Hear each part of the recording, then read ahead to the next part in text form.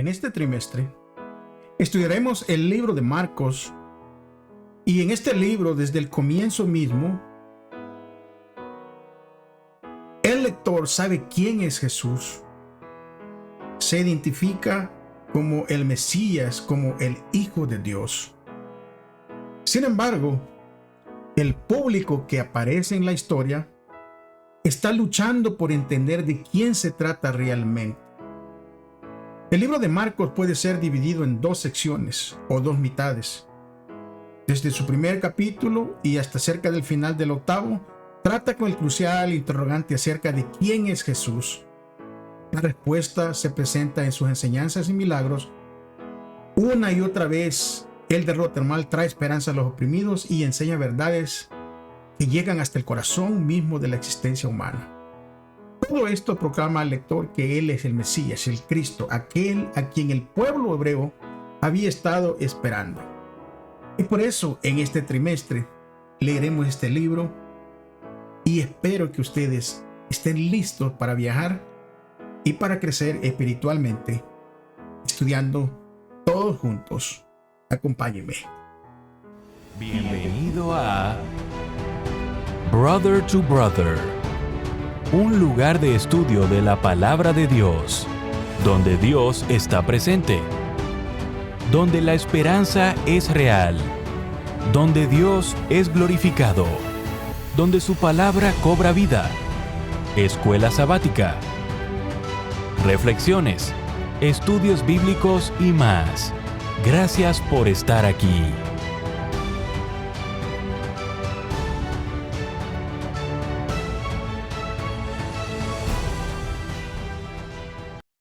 Muy bienvenidos a otro trimestre más. Gracias a Dios que nos permite seguir estudiando y creciendo en el conocimiento de nuestro Señor Jesús. Esta semana, el título es El comienzo del Evangelio. Y antes de comenzar, vamos a poder nosotros juntos pedir la dirección de Dios, no solo para esta semana, sino para que Él nos permita continuar estudiando durante todo este trimestre. Acompáñenme reverentemente. Dios del cielo, una vez más, damos gracias porque usted, Señor, es maravilloso. Nos permite tener la vida, nos permite tener el privilegio, Señor, de conocerle a través de la Escritura. Y es por eso, Señor, que en este momento le rogamos que perdone nuestras faltas y nuestras equivocaciones y que nos llene de su Espíritu para poder entender, Señor, este mensaje hermoso que usted tiene a través de este estudio. Pido una bendición para aquellos que verán el video tal vez, Señor, en otro momento. Que usted esté con ellos y que sea usted el que le hable a sus corazones. Guíenos, Señor, durante todo este trimestre. Estudiaremos el libro de Marcos y queremos hacerlo bajo su conducción. Que sea usted el que ponga los pensamientos, que sea usted, Señor, el que nos enseñe cada paso y cada momento al abrir su santa palabra. Lo pedimos en el nombre de Jesús. Amén.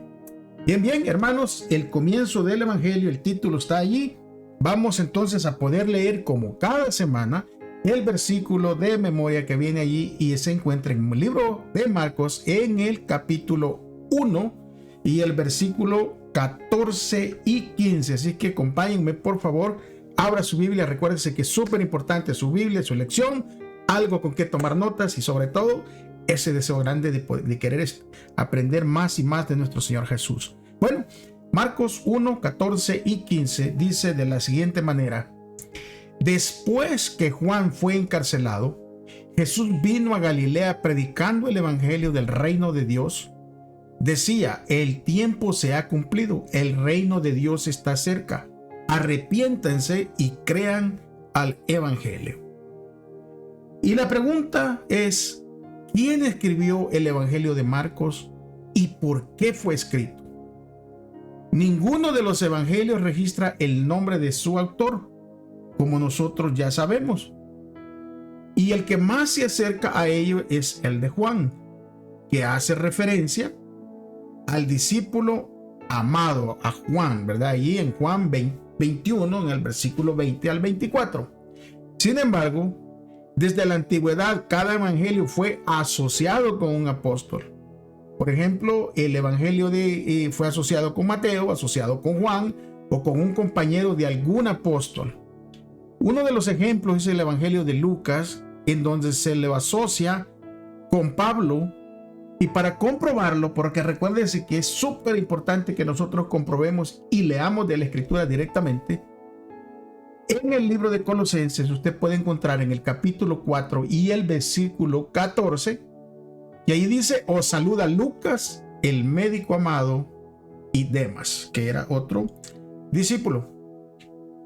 Ahí podemos ver claramente que él, en el libro que acabamos de leer, allí en Colosenses, que es Pablo está diciendo, ¿verdad? Escribiendo y mencionando al médico Lucas. Segunda de Timoteo, capítulo 4, versículo 11. Y también lo puede encontrar en el libro de Filemón, en el capítulo 1 y el versículo 24.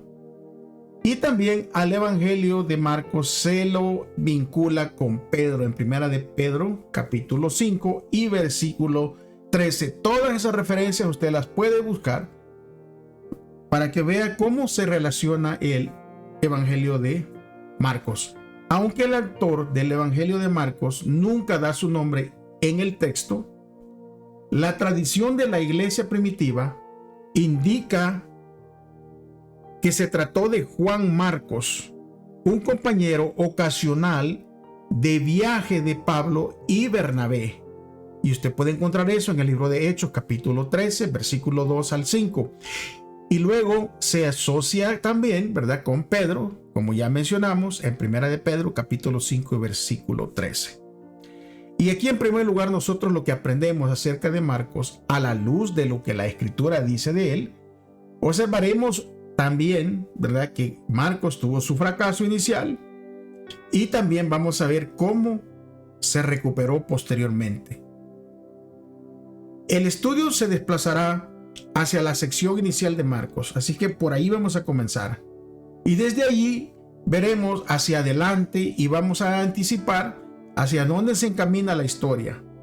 Después, mirando hacia atrás, consideraremos por qué un misionero inicialmente fracasado y finalmente restaurado habría escrito un texto como el del Evangelio de Marcos. Así que vamos a descubrir todo eso, mis amigos, mis hermanos. Y hoy sí, vuelta a la paginita, vamos directamente al día domingo, el misionero fracasado. Este título que viene en esta lección parece muy triste, ¿verdad? Porque un fracaso, cuando uno trata de emprender algo y fracasa, da tristeza. Pero vamos a ver aquí cómo se lo presenta a Marcos en el libro de Hechos. Porque el libro de Hechos también habla, ¿verdad?, de Marcos. Y vamos a ver también allí en el capítulo 12, acompáñenme por favor, capítulo 12, el libro de Hechos y el versículo 12. Y aquí el que está haciendo, para que entremos en contexto, el que está hablando y el que está diciendo esto es Pedro, en una plática que hay ahí, y dice: y habiendo considerado esto, llegó a casa de María, la madre de Juan. ¿Quién llegó? Llegó Pedro. Pedro es el que va llegando a la casa de María, la madre de Juan, el que tenía por sobrenombre ¿qué? Marcos, donde muchos estaban reunidos orando. Parece convincente que Juan Marcos, porque ese es el nombre completo, el más probable autor del Evangelio de Marcos, era un hombre joven cuando ocurrieron todos estos primeros eventos que están registrados en el capítulo 12 del libro de Hechos. Posiblemente tal vez a mediados de la década del año 40 del primer siglo. O sea, el año 40 después, ¿verdad?, de la crucifixión de nuestro Señor Jesús. Y allí se lo presenta en el versículo 12 como el hijo de una mujer llamada María. Evidentemente, esta mujer tenía que haber tenido dinero, ¿verdad? ¿Por qué? Porque esta mujer, además de tener dinero, tener sus recursos, era una simpatizante de la iglesia. Y no solo era una simpatizante de la iglesia, sino que también era una anfitriona de la famosa reunión de oración que se estaba llevando a cabo. Estaba celebrándose justamente en el hogar de ella. Y eso lo registra allí el libro de Hechos, todo el capítulo 12. Y tanto la historia de la huida de Pedro de la prisión y de los hechos que le siguieron, como el subsiguiente muerte de Herodes, todos estos están repletos de un contraste asombroso y aún jocoso entre Pedro, ¿verdad?, y el rey. Por allí hubo un intercambio de palabras entre Pedro y el rey. Ahora, Juan Marcos en realidad no juega ningún papel en la historia. O sea, se menciona, pero no es como Pedro, como Pablo, que son los principales de la historia bíblica. Pero la presentación que se hace de Marcos es a un punto de como preparación para posteriormente tener conexión con Pablo y Bernabé. Entonces aquí como que estaba en entrenamiento, ¿verdad? Marcos siendo joven. Ahora, ¿cómo se vinculó Juan Marcos con Saulo y con Bernabé? ¿Y cuál fue el resultado de este vínculo? Bueno, para entenderlo vamos a leer, y ahora sí, agarre su Biblia, es importante para que leamos directamente de ella. El libro de Hechos, capítulo 13, leeremos versículo 1 al 5 y versículo 13. Así que vamos a ir leyendo, y dice versículo 1: había entonces en la iglesia que estaba en Antioquía profetas y maestros: Bernabé, Simón, el que se llamaba Níger, Lucio de Cirene, Manaén, el que se había criado junto con Herodes el tetrarca, y Saulo. Ministrando estos al Señor y ayunando, dijo el Espíritu Santo: apartarme a Bernabé y a Saulo para que la obra a que los he llamado. Entonces, habiendo ayunado y orado, les impusieron las manos y los despidieron. Ellos entonces, enviados por el Espíritu Santo, descendieron a Seleucia y de allí navegaron a Chipre. Y llegados a Salamina, anunciaban la palabra de Dios en las sinagogas de los judíos. Tenían también a Juan de ayudante. O sea, ahí andaba Juan. Y recuérdense que cuando vamos a mencionar Juan en el contexto del que estamos hablando de Juan Marcos, ¿verdad? Él que se cree que escribió el Evangelio de Marcos. Ahora, vamos a leer el versículo 13. Recuérdense que allí andan estos dos discípulos, ¿verdad?, predicando con fuerza, y se han llevado a Juan o a Marcos de ayudante.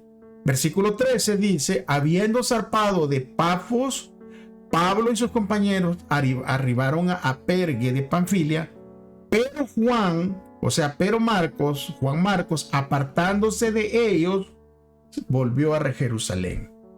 Entonces aquí podemos mirar claramente el capítulo 13 del libro de Hechos. Está describiendo el primer viaje misionero de Saulo y Bernabé a comienzos del año 46 después de Cristo aproximadamente. Recuérdense que los números, las fechas que estamos dando son aproximadamente, no son con exactitud, pero por ahí más o menos. Bueno, Juan Marcos no es mencionado, ¿verdad?, ¿hasta cuándo? Hasta el versículo 5. Y su rol es simplemente el de un ayudante o servidor. No se hace ninguna otra referencia a este joven hasta el versículo 13, donde el breve reporte señala que volvió a Jerusalén. Aquí no se da ninguna razón de su partida, no se da la ausencia ni cualquier descripción de por qué se fue, si tenía sentimientos o emociones. No dice nada la Biblia. La Biblia dice simplemente que se regresó. Así que no sabemos el motivo por qué abandonó esta obra misionera que andaban haciendo. Sin duda, ¿verdad?, es todo esto lo que hacían los discípulos y los profetas y los que predicaban la palabra de Dios. Estaba lleno de peligro, era peligroso y no había incomodidades. Recuérdese que todo esto no era hoy como hoy en día, ¿verdad?, que a veces salimos a hacer obra misionera 1 o 2 horas y regresamos a casa tranquilamente sin ninguna preocupación. En esos días recuérdense que había persecución y los que andaban predicando acerca de Cristo Muchos pues eran apresados y hasta los mataban. Ahora, en el libro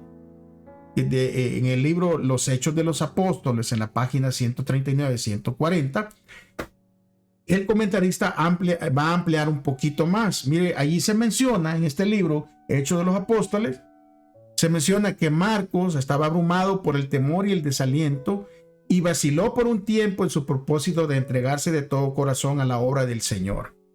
¿Por qué? Porque él no estaba acostumbrado a las penurias y se desalentó por los peligros y las privaciones del camino. Recuérdense que si su mamá tenía dinerito, era adinerada, o sea, posiblemente este joven tenía comodidades. Entonces, cuando se lo llevan y lo echan como podemos decir, lo mandan a la batalla, ¿verdad? Y ahí hay penurias y hay limitaciones y tal vez le tocaba dormir en el piso. Entonces, posiblemente por eso se regresó. No estamos asegurando, pero todo el contexto de lo que estamos hablando, pues podemos, ¿verdad?, pensarlo de esa manera. En resumen, las cosas simplemente, ¿verdad?, se tornaron posiblemente demasiado duras para él y se regresó. Ahora la pregunta es, ¿por qué es fácil a veces nosotros nomás mirarlo ¿verdad?, con un poquito sin ponerlos a pensar rápidamente? Se regresó, abandonó la obra, pero seamos honestos, ¿quién de nosotros no ha pasado por una experiencia y ha tenido que retroceder ante algo o incluso fracasar rotundamente? Sobre todo, hermanos y amigos, en las cuestiones espirituales. ¿Cuántas veces hemos retrocedido a veces en cuestiones espirituales o hemos fracasado? A veces cuando hemos dicho ya no voy a hacer esto, o me voy a portar bien, y de repente caemos en cosas espirituales o cosas que tienen que ver con la vida cristiana. Ahora aprendemos de la experiencia de Marcos, porque esta es la enseñanza de este día. Aprendemos que Dios es un Dios de nuevas oportunidades. Y posiblemente, hermano, amigo, posiblemente que al escuchar esto, tú le hayas fallado a Dios y te sientes mal, te sientes triste, te sientes avergonzado. Pero eso no es algo que Dios pone en tu corazón. Es el enemigo que te está atacando para que tú no vengas con ese Dios de segundas oportunidades. Déjame decirte algo. Dios nos está esperando con los brazos abiertos siempre. Siempre. Porque el Dios al que nosotros servimos es un Dios de segundas oportunidades. Vuelta a la paginita. Una segunda oportunidad. El Dios que borra nuestros errores y va haciendo un nuevo camino que nos da una página nueva a nosotros todos los días, en la cual nosotros podemos escribir. Y guiados por Él, escribiremos cosas buenas, cosas agradables. Por eso que el lunes dice una segunda oportunidad. Pero vamos a entrar en el contexto. Vamos a ver por qué rechazó Pablo a Juan Marcos y por qué Bernabé le dio una segunda oportunidad. ¿Por qué entonces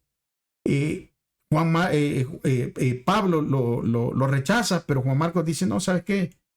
Posiblemente este muchacho lo vamos a dar una segunda oportunidad. Y para entender esto vamos a leer la Biblia, porque ahí está todo. El libro de Hechos, capítulo 15, versículo 36 al 39. Conmigo, hermanos, lean por favor, directo de la Biblia. 36 dice, después de algunos días, Pablo dijo a Bernabé, volvamos a visitar a los hermanos en todas las ciudades en que hemos anunciado la palabra del Señor para ver cómo están. Y el versículo 37 dice, y Bernabé quería que llevasen consigo a Juan Marcos, el que tenía por sobrenombre Marcos. Pero a Pablo no le parecía bien llevar consigo al que se había apartado de ellos desde Panfilia y no había ido con ellos a la obra. Y entonces, versículo 39 dice, y hubo tal desacuerdo entre ellos que se separaron el uno del otro. Bernabé, tomando a Marcos, navegó a Chipre. Una separación. entre Bernabé y Pablo. Pablo dice, ¿sabe qué? No, yo no quiero llevar a este chamaco porque ya, pues ya ha desertado una vez y si lo llevamos seguramente va a desertar más si no habíamos entendido, ¿verdad? De que cuando Pablo va a salir, recuérdense que cada vez a donde iba Pablo era más difícil, más peligro. Entonces Pablo dice, no, hombre, no lo vamos a llevar. Pero viene Bernabé y dice, lo tomó a Marcos y navegó hacia Chipre. En Hechos 15:38 se da la razón por la que Pablo rechazó a este joven. Juan Marcos había desertado, se había apartado de ellos y no continuó en la obra del ministerio. Y entonces Pablo miró esta actitud. Para Pablo era comprensible, aunque categórica, ¿verdad? Porque fuera tajante y dijo, no. La vida misionera sobre todo el mundo antiguo, hermanos, no era como la de ahora, ya les dije.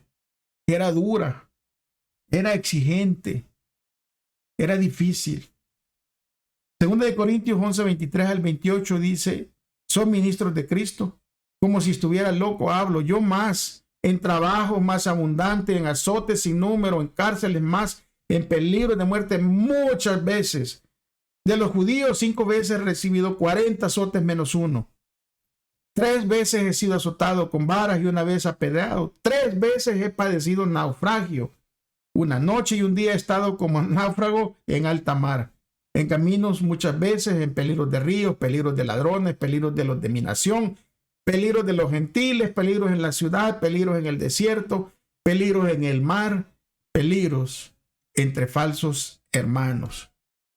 Y el versículo 27 dice, en trabajo y fatiga, en muchos desvelos, en hambre, sed, en muchos ayunos, en frío, en desnudez, y además de otras cosas, lo que sobre mí se agolpa cada día la preocupación por todas las iglesias.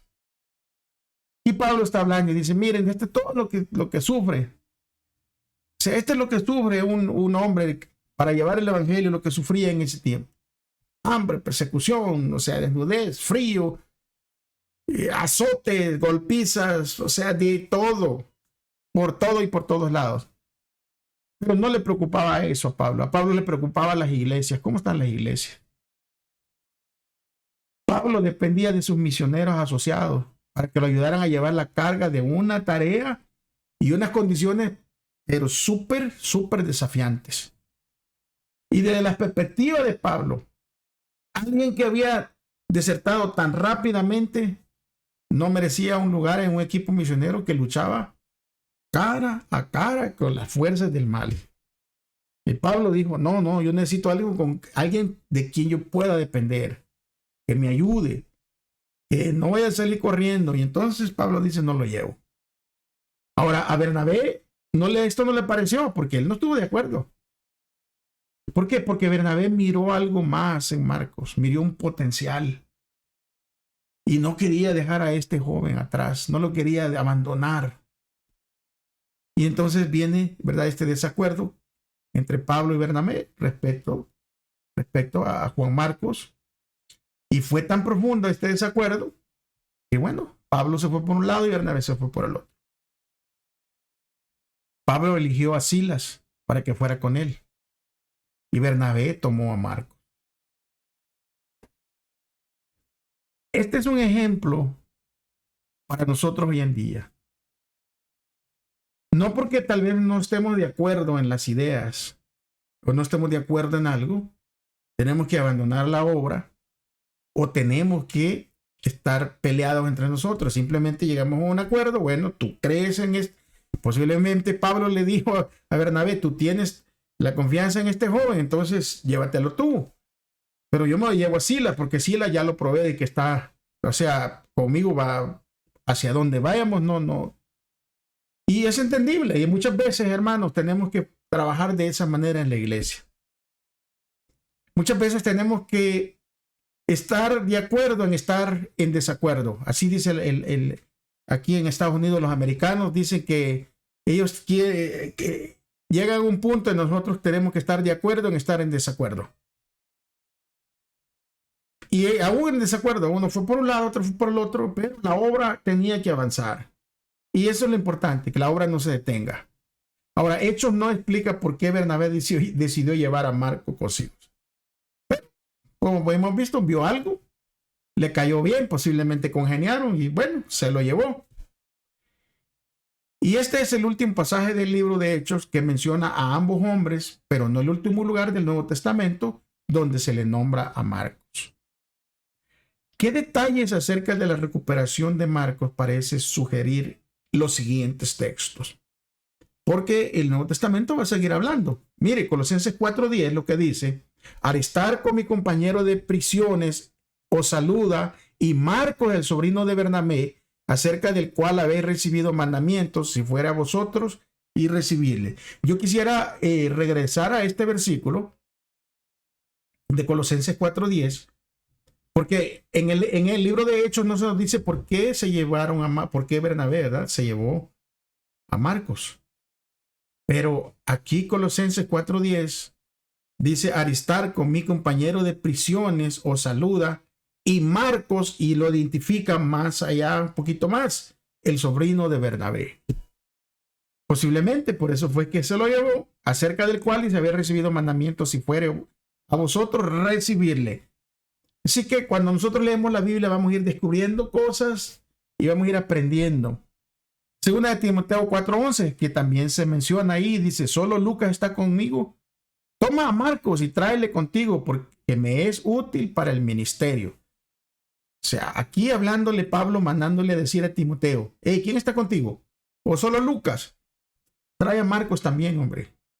Marcos me es útil para el ministerio. Posiblemente ya en este tiempo, Marcos tenía la experiencia, había experimentado había experimentado el Espíritu Santo en su vida y no le tenía miedo a nada, y entonces dice: tráeme lo que me es útil para el ministerio. Ahora, el libro de Filemón, en el capítulo 1, versículo 24, también se menciona, allí también se menciona a Marcos. Dice: Marcos, Aristarco, Demas y Lucas, mis colaboradores. Estamos viendo que Marcos ahora sí va con todo, ¿verdad? Sin miedo a la obra. Él va a ser parte y es un colaborador que sobresale. Primera de Pedro, capítulo 5, versículo 13, dice: la iglesia que está en Babilonia, elegida juntamente con vosotros, y Marcos, mi hijo, os saluda.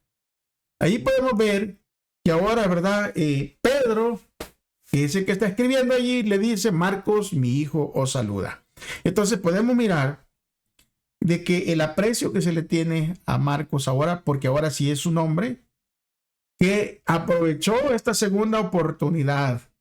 Y de eso se trata. Miren, Dios es un Dios de segundas oportunidades, pero muchas veces la oportunidad está allí y no la tomamos. ¿Y cómo podemos saber que la tomamos? Especialmente en los asuntos espirituales, que es de lo que estamos hablando. Marcos toma esa oportunidad y tiene una transformación asombrosa.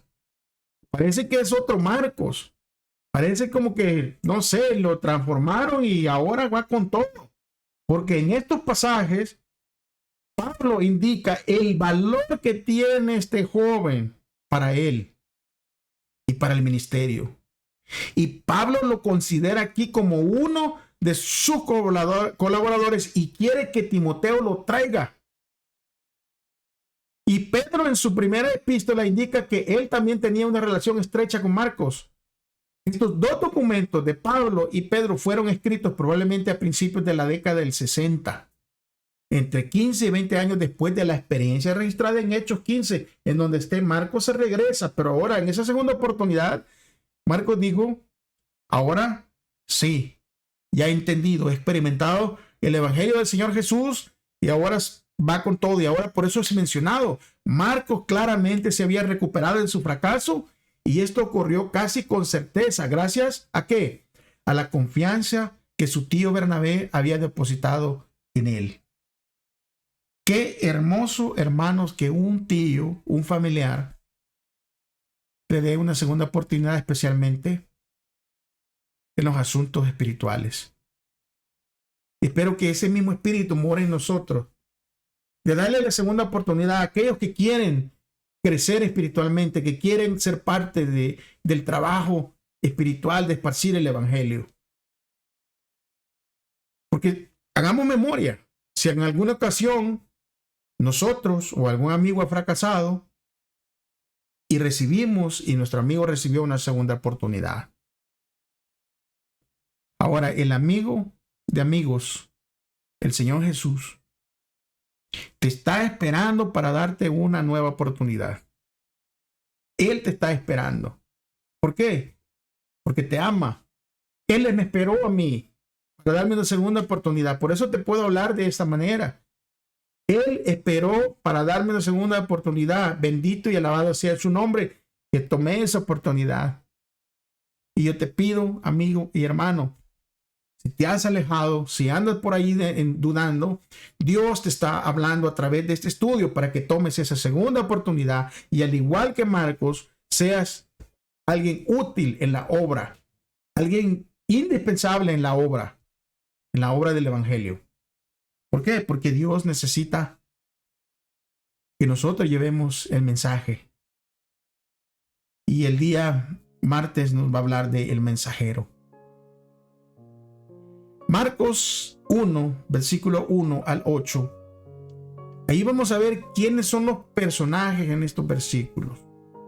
Y vamos a ver también qué hacen y qué dicen. Entonces, abra su Biblia. Vamos a ir al libro de Marcos, capítulo 1, versículo 1 al 8. Y dice: en el principio del evangelio de Jesucristo, Hijo de Dios, como está escrito en Isaías el profeta: he aquí yo envío mi mensajero delante de tu faz, el cual preparará tu camino delante de ti. Voz del que clama en el desierto: preparar el camino del Señor, enderezad sus sendas.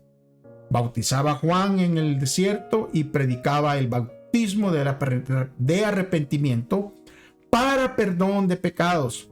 Y salían a él toda la provincia de Judea y todos los de Jerusalén, y eran bautizados por él en el río Jordán, confesando sus pecados. Y Juan estaba vestido de pelo de camello y tenía un cinto de cuero alrededor de sus lomos, y comía langostas y miel silvestre.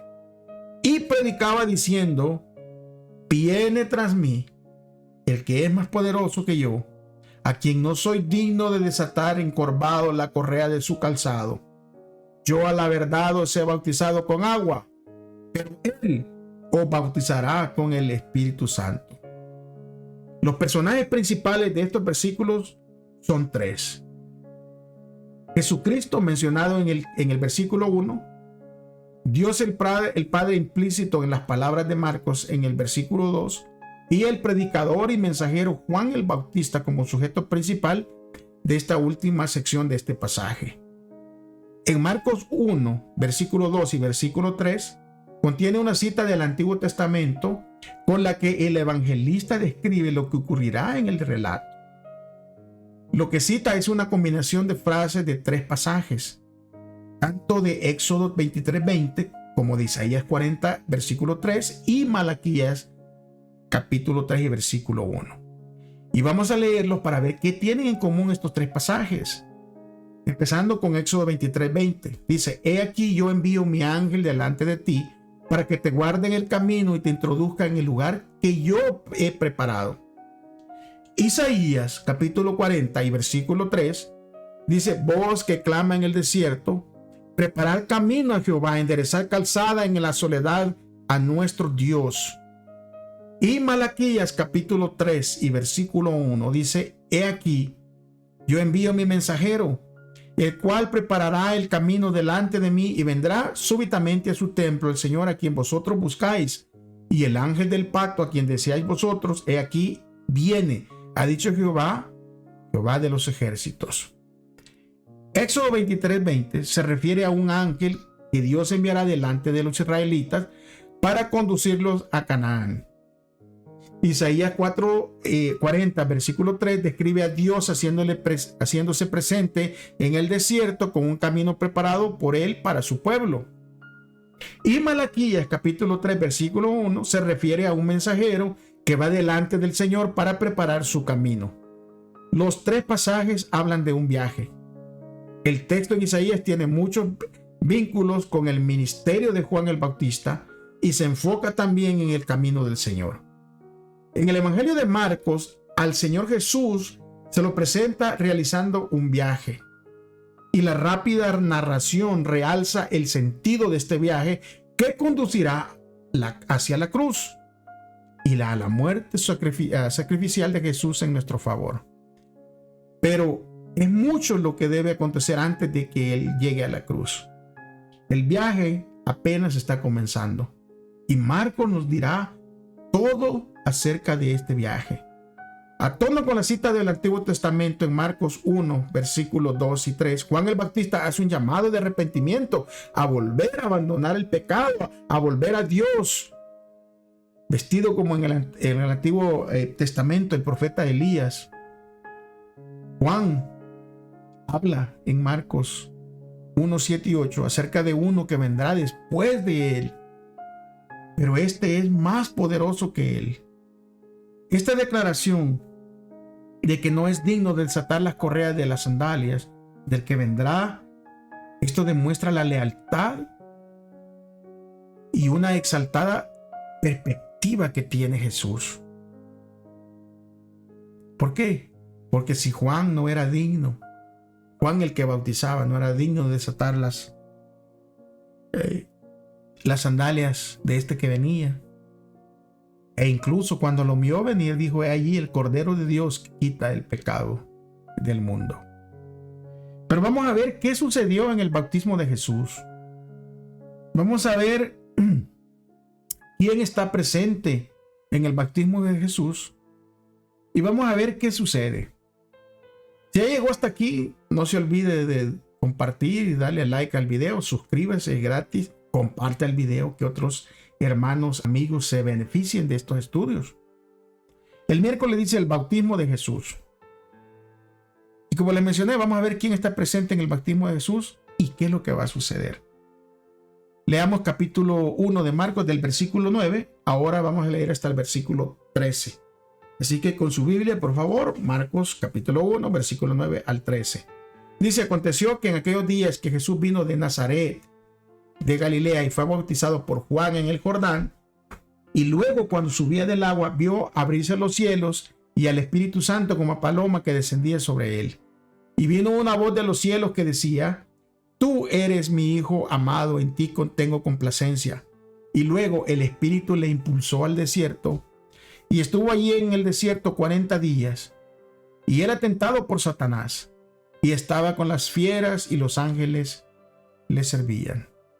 Juan bautiza a Jesús en el río Jordán, y cuando Jesús asciende del agua, ve los cielos abiertos y al Espíritu Santo descender sobre Jesús como una paloma. Y no solo eso, escucha una voz que viene desde el cielo. Y esa voz dice: tú eres mi Hijo amado, en ti me complazco. Estos eventos señalan la importancia del bautismo de Jesús, porque allí estaba el Padre, estaba el Hijo y estaba el Espíritu Santo.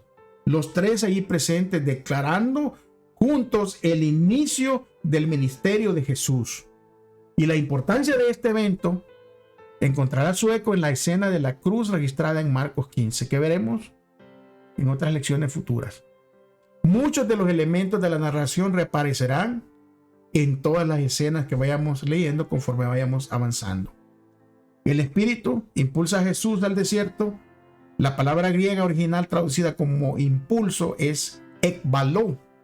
El término comúnmente se usa en el Evangelio de Marcos para referirse a expulsión de demonios.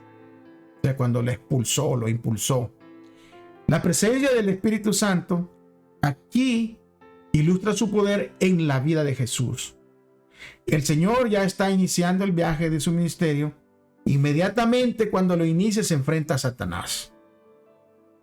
Y el aspecto de la lucha en esta escena se muestra mediante referencia a los 40 días de la tentación, a la presencia de animales salvajes y al servicio de los ángeles brindando servicio a Jesús. Ahora, una característica inusual de la escena con la que comienza el Evangelio de Marcos es la presentación de Jesús como un personaje divino y humano a la vez. porque como divino, Él es el Cristo, el Mesías. Así dice el versículo 1 de Marcos, anunciado por un mensajero, alguien más poderoso que Juan, el Hijo amado sobre quien el Espíritu desciende. Pero vemos lo siguiente acerca de su dimensión humana. Es bautizado por Juan, no a la inversa. Es impulsado por el Espíritu y es tentado por Satanás. Y está con animales salvajes y es atendido por ángeles. Y aquí miramos estos contrastes que se dan. Y la pregunta es, ¿por qué este contraste? Pero esto apunta a la asombrosa realidad de Cristo, nuestro Señor y Salvador, nuestro Dios, y sin embargo también un ser humano, nuestro hermano y nuestro ejemplo. Y nosotros podríamos abarcar completamente esta idea en nuestra mente. No es posible. Pero es algo que nosotros aceptamos por fe. Y nos maravillamos por lo que esta verdad nos revela acerca del amor de Dios hacia ¿qué? Hacia la humanidad.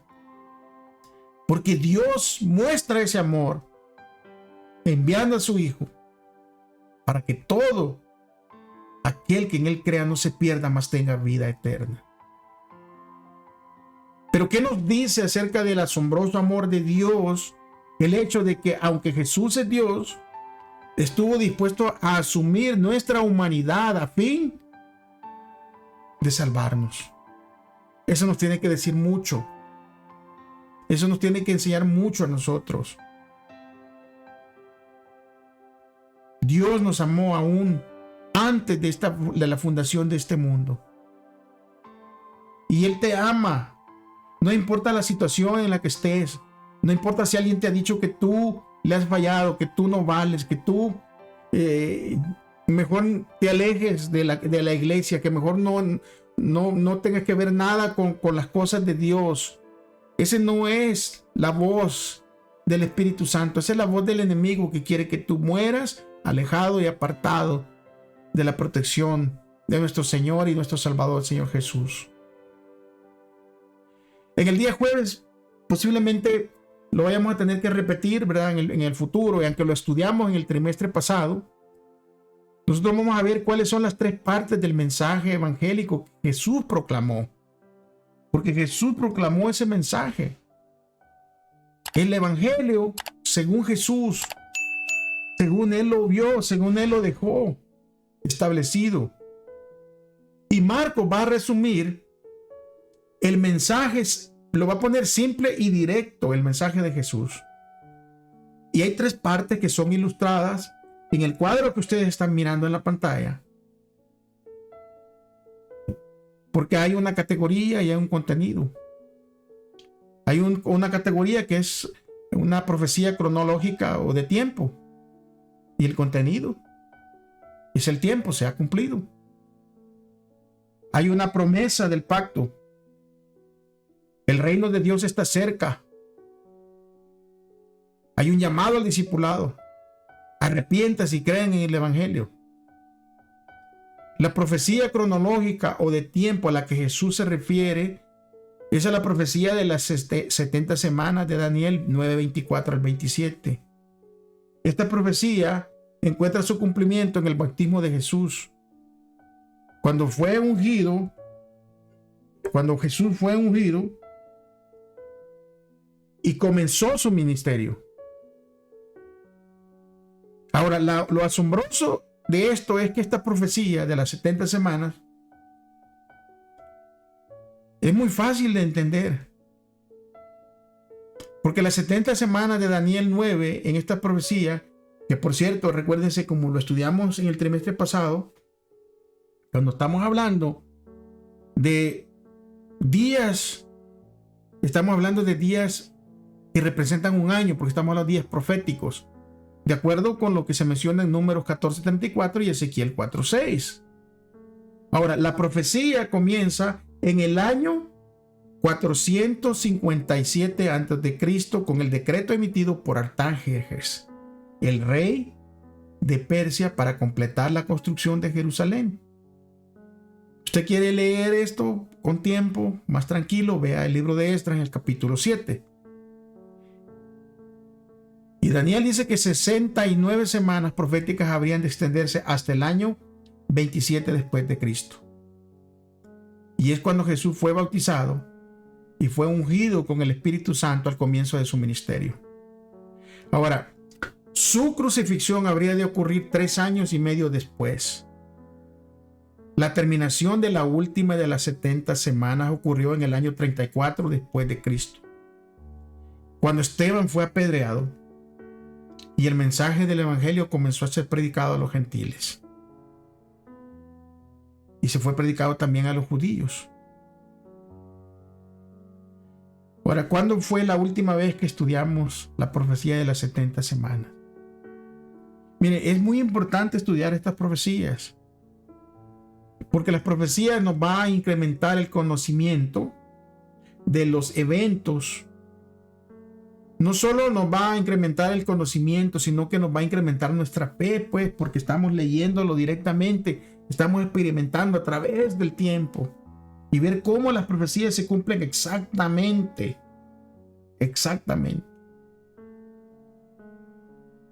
Entonces la profecía nos lleva a tener una confianza inmovible en la palabra profética. Cuando nosotros leemos todo eso, nos lleva a entender cada cosa. Y entonces cuando miramos otras profecías que están por cumplirse, nosotros las vamos a poder entender y las vamos a abrazar con seguridad y con fe de que va a suceder. El tiempo se está terminando. Cristo está por regresar. Y este que hemos presentado en este día jueves, el Evangelio de San Jesús, según cómo se profetizó desde el año 457 hasta el año 27 del bautizo y después el año 33, donde se confirma el pacto con muchos. El Mesías muere y el sacrificio cesa. Y es hermoso, hermanos y amigos, leer la Escritura, estudiar. Es hermoso comprender. Saben que el mensaje del primer ángel anuncia el comienzo del juicio previo al regreso de Cristo, predicho en la profecía de los 2300 días de Daniel, allí en el capítulo 8. Y según la profecía, esto comenzó en 1844. Y el juicio trae el reino de Dios a su pueblo perseguido. O sea, la exhortación del primer ángel a reverenciar, glorificar y adorar a Dios es el llamado al discipulado dirigido al mundo en los últimos días, mientras los poderes bestiales de Apocalipsis 13 presentan a un Dios falso, a quien reverenciar, glorificar y adorar, así como el mensaje de Jesús en Marcos 1 está íntimamente ligado a las profecías de Daniel. También el Evangelio de Marcos está ligado, porque el mensaje del primer ángel también está estrechamente ligado a Daniel. Y al final de la historia de la tierra, todo está entrelazado y tenemos que llegarlo a entender. ¿Por qué? Porque cuando nosotros entendemos, vamos a ver y vamos a tomar las cosas más en serio. A veces pensamos, pues esto no ha sucedido, esto no ha pasado.